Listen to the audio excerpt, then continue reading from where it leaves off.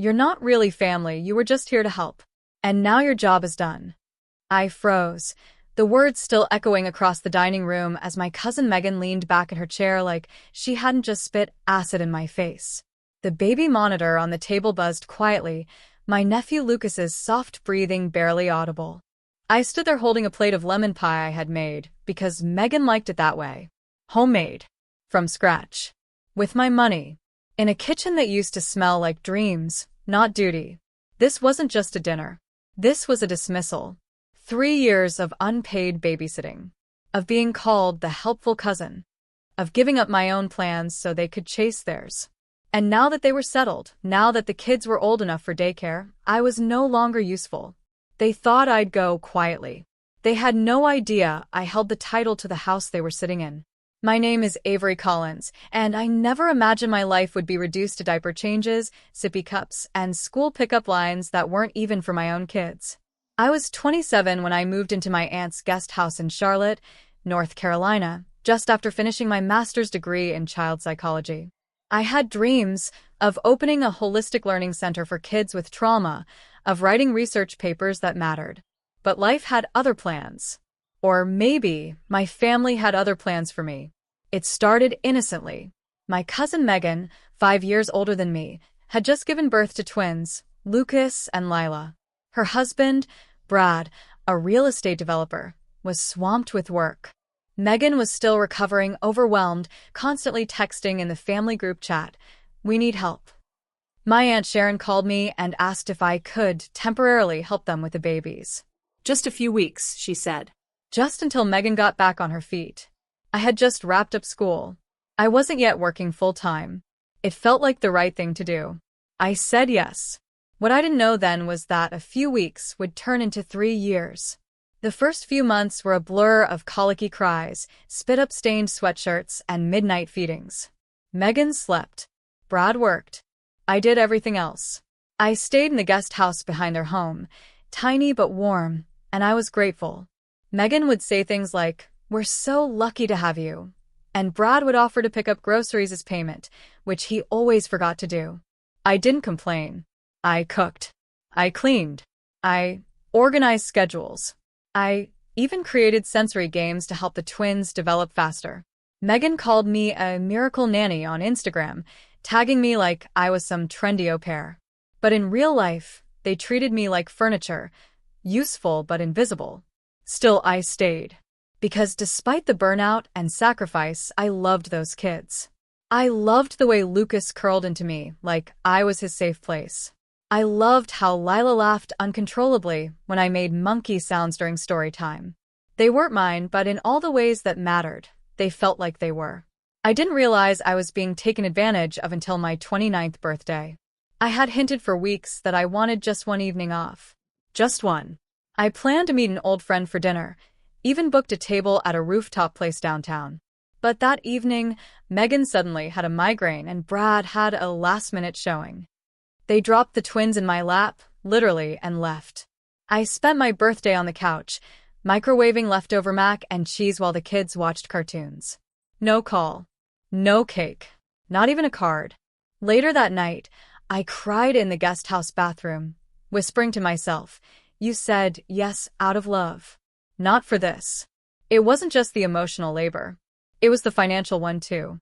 I was covering my own food, my toiletries, even helping out with baby essentials when they ran short. Megan once joked that I was like part of the furniture, and Brad laughed like it was the funniest thing he'd heard. That laughter stung more than any scream. But still, I didn't leave. I told myself it was temporary, that I was helping family, that maybe they'd help me one day when I needed it. That day never came. One afternoon, I found myself sitting at the edge of the sandbox at the local park. Lila was throwing fistfuls of sand into the wind, and Lucas was deep in conversation with a plastic dinosaur. A woman sat beside me, Ms. Barbara, an older neighbor I'd seen at church. She handed me a bottle of water and said gently, "You look like someone who's given too much without asking for anything back." I remember blinking back tears. They needed me, and no one else stepped up. She tilted her head. "And who's stepping up for you?" That night, I lay awake replaying her words. And I finally started doing the math. 3 years. 7 days a week. Average of 10 hours a day.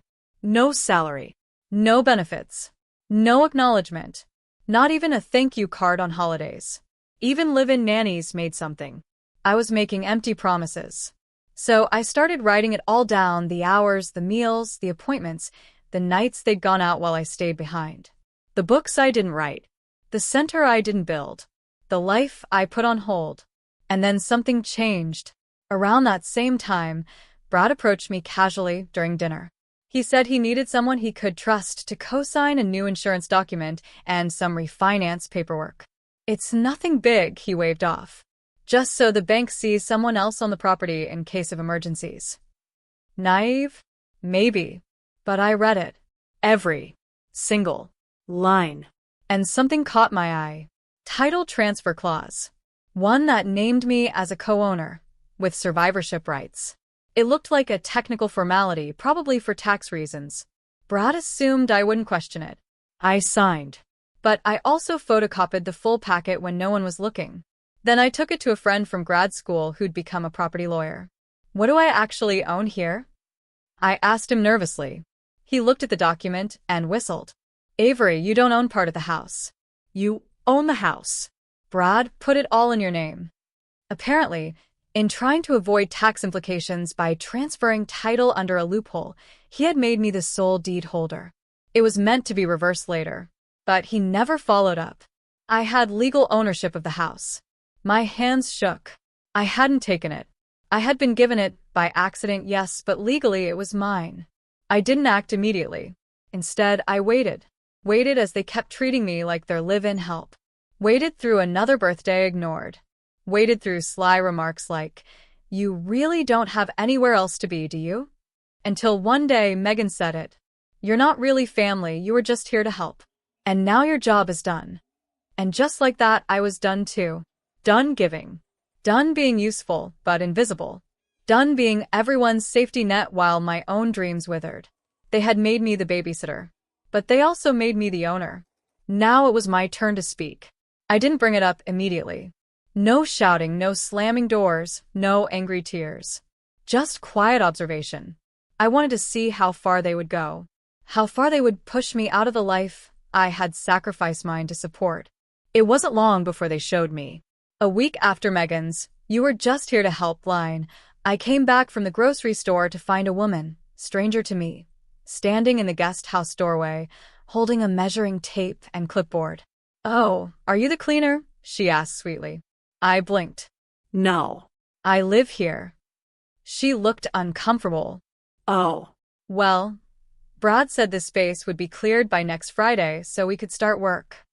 That night, I confronted Megan and Brad. Brad shrugged. "We thought now would be a good time to renovate. You've been here a long time. And since the kids are in daycare now, we assumed you'd be moving on soon." They didn't ask where I would go. They didn't offer help.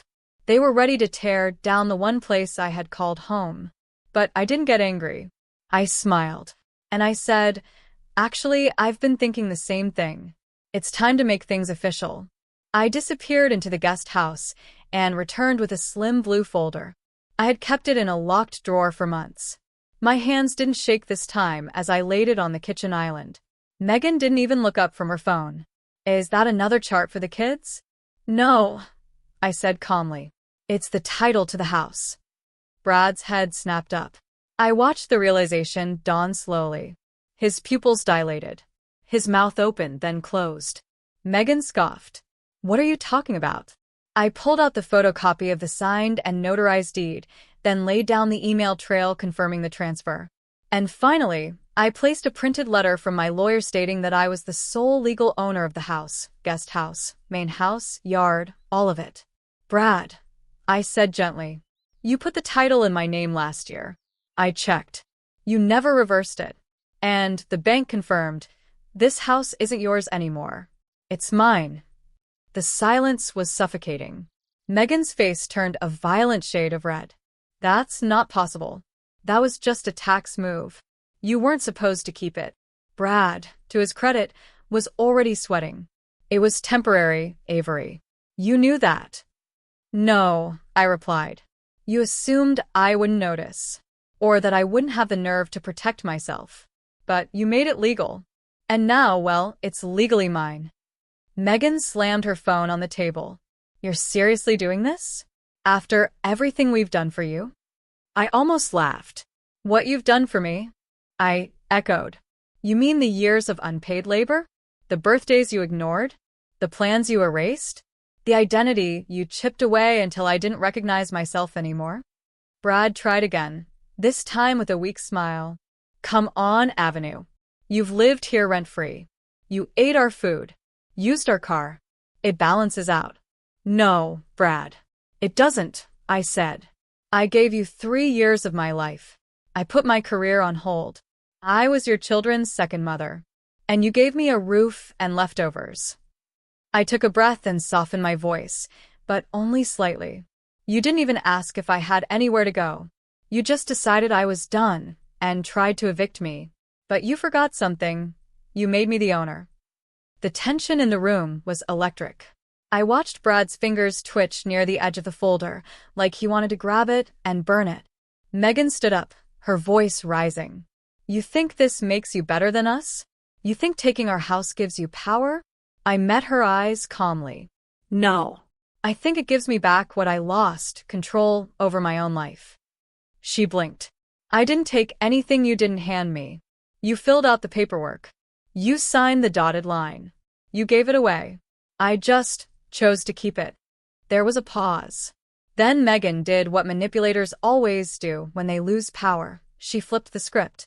What about the kids? She hissed. You're going to destroy their sense of family. You're going to traumatize them by turning this into a war.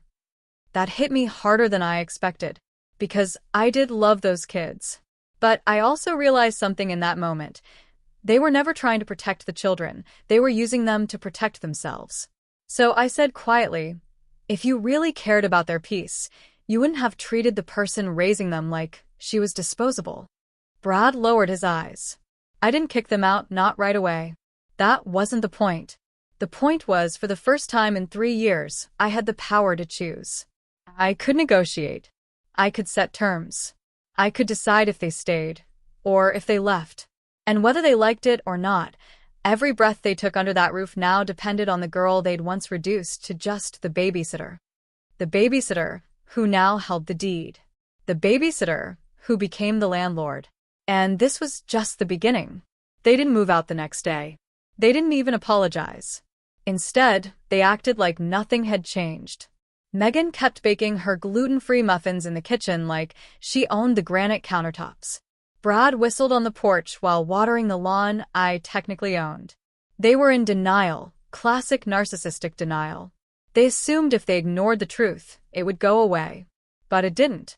Because I didn't let it. I gave them 30 days. Not to leave. Not yet. To come to the table literally and legally. I emailed Brad and Megan a formal letter outlining terms.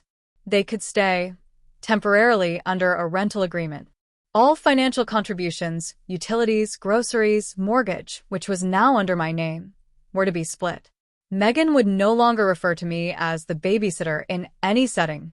If they failed to comply, legal eviction procedures would begin. I CC'd my lawyer. No more group chat games. No more whispered insults. Everything from now on would be official. The backlash was instant. That night, Megan stormed into the guest house. She didn't knock. You're trying to make us homeless, she yelled, red-faced and barefoot, holding a bottle of wine in one hand and her cracked iPhone in the other.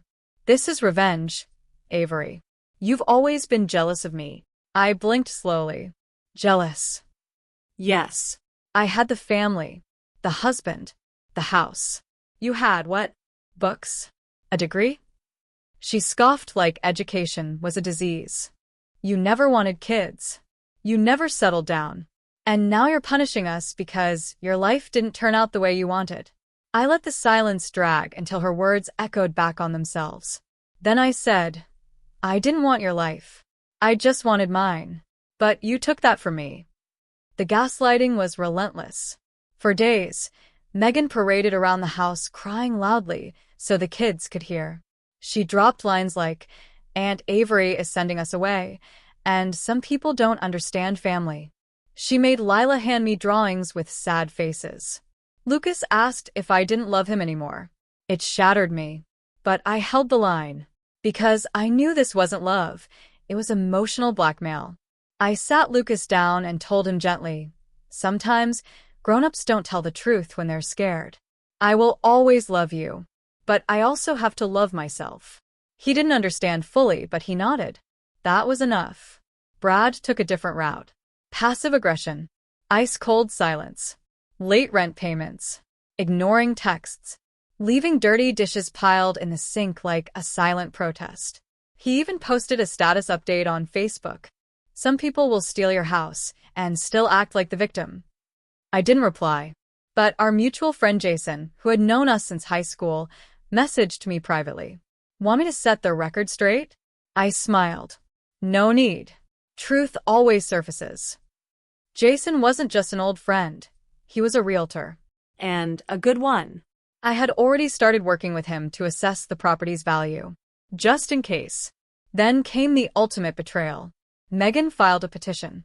She claimed the title transfer had been done under fraudulent circumstances. That I had tricked Brad into signing. That I had manipulated a vulnerable situation for personal gain. She was trying to take back the house. I found out when a notice arrived in my mailbox, stamped with court insignia. I stared at it, stunned. They were really trying to erase me after everything I gave them. I could have folded, Cried. packed my bags, and disappeared like they wanted. But I didn't. I took a day, breathed, cried privately. And then I hired a litigator named Delaney Shaw, known for turning fraudulent claims into courtroom embarrassment. Court was a battlefield. Megan wore her sad mom cardigan, carrying photos of the twins. Brad wore a suit that didn't quite fit. They painted me as the villain, an ungrateful, manipulative cousin who preyed on family generosity. But I came prepared. With every grocery receipt I paid, every schedule I kept, every tax document showing the title transfer, and a notarized statement from my friend, the property lawyer, explaining the legality of what Brad had signed. Delaney turned their arguments into dust. The judge leaned back, clearly unimpressed by their "we didn't know what we signed" defense. His final words echoed in the room. You had 3 years to correct the deed. You did not. The house belongs to Ms. Collins. Outside the courtroom, Megan looked like she'd been slapped by reality. She started crying. Big, messy tears. I stood there, holding the envelope with the judge's stamped ruling, and said softly, "You taught me something. That kindness, without boundaries, becomes servitude." Brad didn't say a word. They walked away in silence. A week later, my terms changed. They now had 45 days to vacate. No extensions. No negotiation. Megan texted me long, emotional monologues, everything from threats to guilt to fake apologies. I didn't reply, but one message stood out. It wasn't from her. It was from Lisa, Brad's sister, who had always stayed quiet in family drama. Her text read, "I saw how they treated you. I stayed silent, and I regret it. If you ever need support, I'm here." And for the first time, I realized not everyone in that house had been against me. Some were just scared, like I had been. But I wasn't scared anymore. I began planning the next chapter of my life. One that didn't involve begging for approval or asking for permission to exist. I was no longer the babysitter. I was the homeowner. And soon, I'd be the architect of something far greater than revenge. I'd be the builder of a legacy. The final straw came on a suffocating July afternoon. I was in the middle of making grilled cheese sandwiches for the twins when Madison burst into the kitchen. Her brows were drawn together like storm clouds. "Where's my dry cleaning?" she snapped, as if I were her maid. "Dry cleaning?" I repeated, stunned. "I thought I was just watching the kids." She cut me off. "You live here, don't you? You eat our food, use our power, sleep in our guest room. The least you can do is pick up my things." I stared at her, cheese sizzling on the skillet, the kids screaming in the background. I had just cleaned up a spilled smoothie, unclogged a toilet, and spent the last 2 hours trying to help Lily with her summer math packet. And now, she was berating me for not playing errand girl? My blood boiled. I didn't agree to be your unpaid servant, I said, trying to keep my voice calm. I offered to help with the kids, temporarily. Madison scoffed. You're 24, Cassie. No job. No degree. We've taken you in. We're helping you. That hit me like a slap. Helping me? Since when did manipulation count as help? My chest rose and fell with anger. Actually, I do have a job, I snapped. Taking care of your kids, your house, and your messes 24/7. But you just don't pay me for it. Madison rolled her eyes and turned to walk away. If you don't like it, you know where the door is. But I didn't move. Not immediately. Because that's when I noticed something I hadn't seen before. Her phone buzzed on the counter beside me. A message preview from her husband, Jason, lit up the screen. Let's finalize the title transfer this weekend. Title transfer? Curious, I swiped open her phone, my hands trembling. There it was, clear as day, a conversation between Madison and Jason about transferring the house title into Jason's name to protect it from Cassie if she tries anything. I stood there, heart pounding, as their words sank in. They thought I was a threat. They thought I might try to claim something. But I hadn't even considered it until now. I had cleaned their gutters, walked their dog, folded their laundry, bathed their children, and been their scapegoat for free. And all while they plotted how to keep me away from the very roof over my head. That moment cracked something open in me. I wasn't just angry, I was done. Done with the guilt. Done with the gaslighting. Done playing the obedient niece. I had kept every receipt, every text message where they said they'd make it up to me. Every email where Jason called me a godsend. I had even recorded a few conversations because something in my gut had told me I might need them one day. And that day had just arrived. If they wanted to play dirty, I was finally ready to play smarter. When I arrived at the house that final morning, the energy fell off. Danielle had left a terse voicemail. We need to talk. Now. I didn't rush. I took my time, wore a clean blazer, held my head high. I knew what was coming, and I was ready. The moment I walked in, both Danielle and Greg were pacing the kitchen like wolves who'd just realized the prey had grown fangs. The kids were at school. The house was silent. Eerily so. Greg slammed a folder on the counter. You transferred the house title. To yourself. I didn't flinch. Technically, you both signed the power of attorney. And technically, I paid off your entire mortgage with my trust fund, which you knew nothing about because you never cared enough to ask. Danielle's jaw dropped. That was a gift. No, Danielle, I said calmly. Gifts are given willingly. You two forced me into years of unpaid labor, emotional manipulation, and promised compensation that never came. So no, this was payment. Retroactive. They both began yelling over each other. You took advantage of us. That was fraud. We were family. I raised my hand. No, you used me like a free nanny. You counted on my silence because I was the poor niece with nowhere to go. But I kept the receipts. I documented everything. I even had the lawyer walk me through the legality, twice. Greg pointed a trembling finger. You'll regret this. I chuckled. Funny. That's exactly what Danielle said the first time I asked to be paid. And yet, here we are.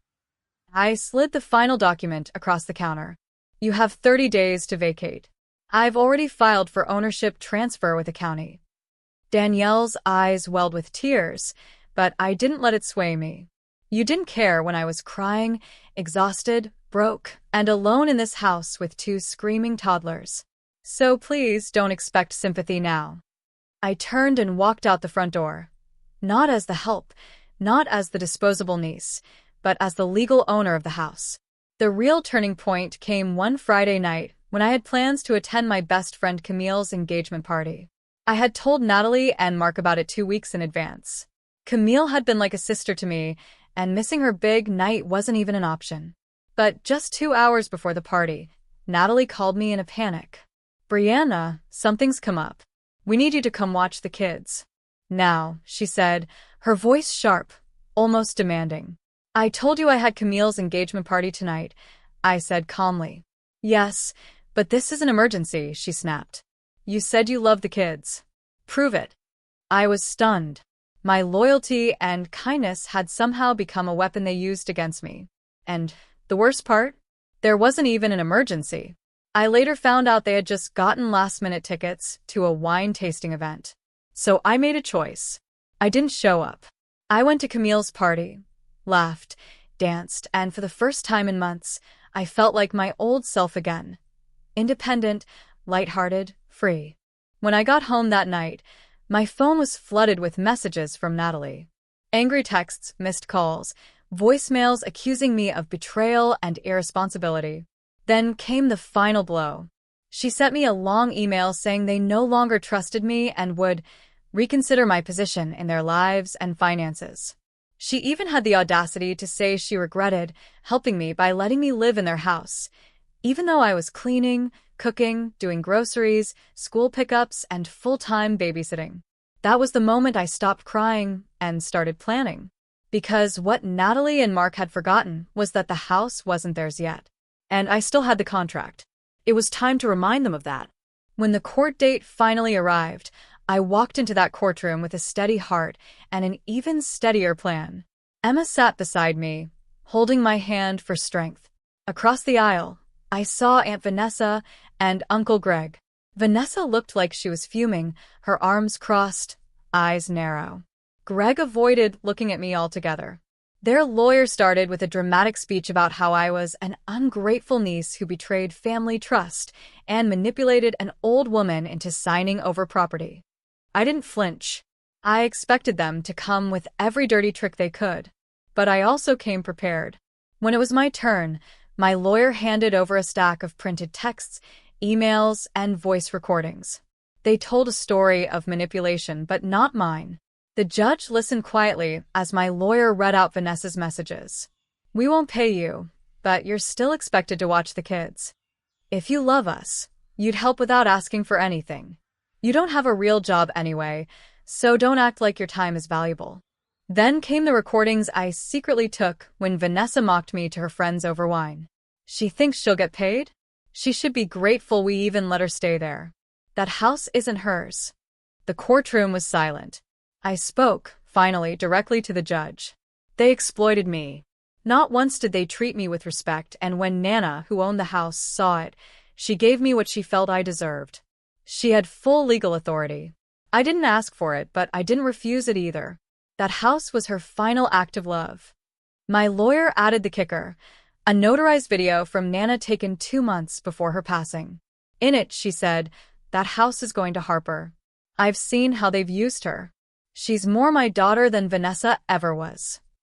The judge watched it twice. Vanessa's lawyer slumped in his seat. There wasn't much left to argue. After a short deliberation, the judge ruled in my favor. The house title remained legally and irrevocably mine. Vanessa and Greg were ordered to pay for my legal fees and a small settlement for emotional distress. As I stepped outside the courthouse, the sun hit my face like a blessing. I had fought for my worth, and I had won. I arrived at the Reynolds house the next morning, not with a diaper bag or a bottle in hand, but with a manila envelope and a new kind of confidence. Kim opened the door, already in her yoga gear, sipping green juice, like always. "You're early," she said with her usual dismissive glance. "I'm not here to babysit," I replied calmly, walking past her into the living room. From the kitchen, Mark emerged, his brow creased. "What's going on?" I turned to face them, placing the envelope on the coffee table. This is the deed transfer. The one you both signed when you thought it was just a babysitting waiver. I had a lawyer look it over. It's legally binding. As of last week, the title of this house now legally belongs to me. Kim let out a laugh. "You're joking." Mark stepped closer, grabbing the envelope and skimming through the documents. The color drained from his face. "She's not joking. You used me," I said, my voice steady. "For over a year, you treated me like free labor, manipulating me with promises of future favors and empty gratitude. I asked for respect, maybe compensation. Instead, you gave me guilt trips and errands. So I used the same trust you took for granted to take something back. You're out of your mind, Kim hissed, her voice rising with panic. You think a judge is going to let this stand? My attorney already reviewed it, I replied coolly. You initialed every page. You both signed. The notary was present. Remember Claire, your friend from the club? She thought you were giving me a generous graduation gift. Mark sat down, rubbing his forehead. What do you want? I want out.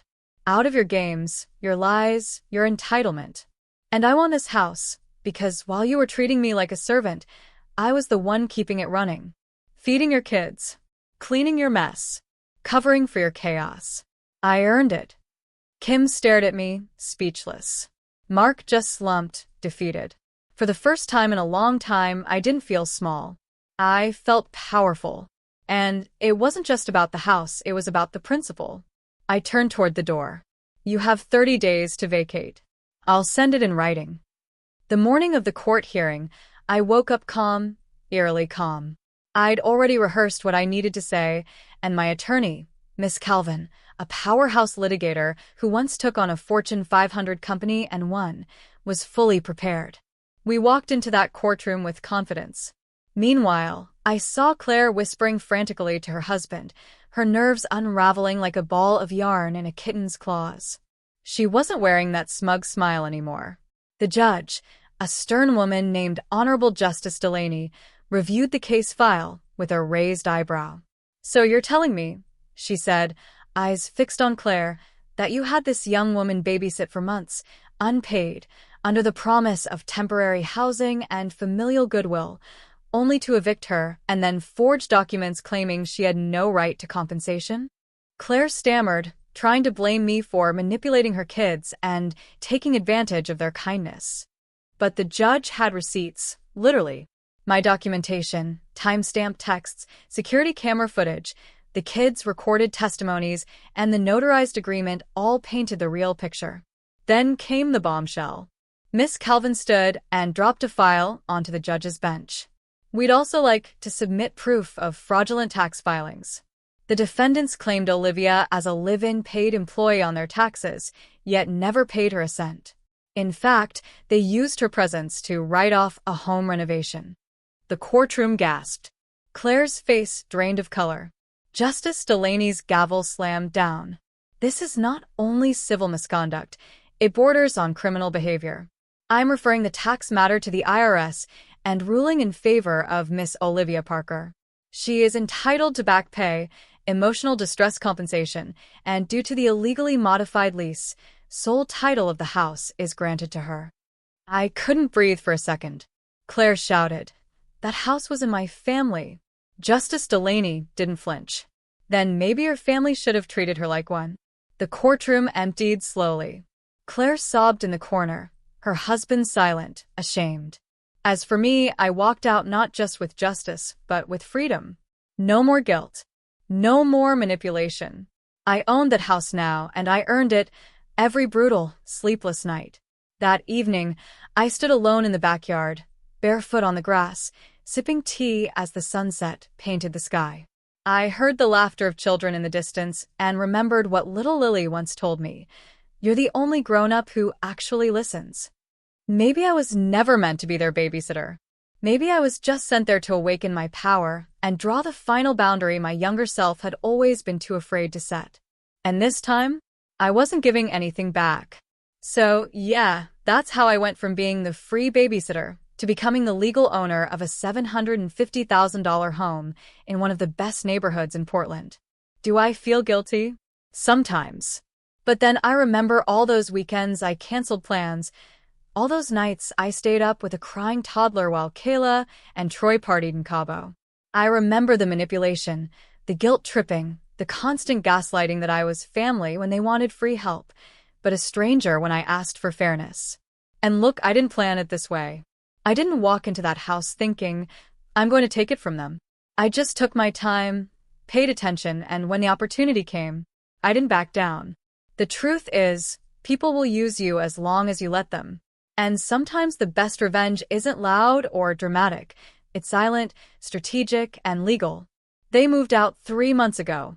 I've since repainted the house, updated the kitchen, and even turned the guest room into my own reading nook. I'm not bitter anymore. I'm just at peace. And I don't owe them anything. So the next time someone tells you that family helps for free, ask yourself, do they mean mutual support or just your sacrifice? Because me, I learned that boundaries are love. And self-respect? That's wealth. Thanks for listening to my story. If you've ever been used, underestimated, or guilt-tripped into giving more than you received, just know, you're not crazy. You're just waking up. And trust me, when you finally take back control, it's not just about winning. It's about finally feeling free.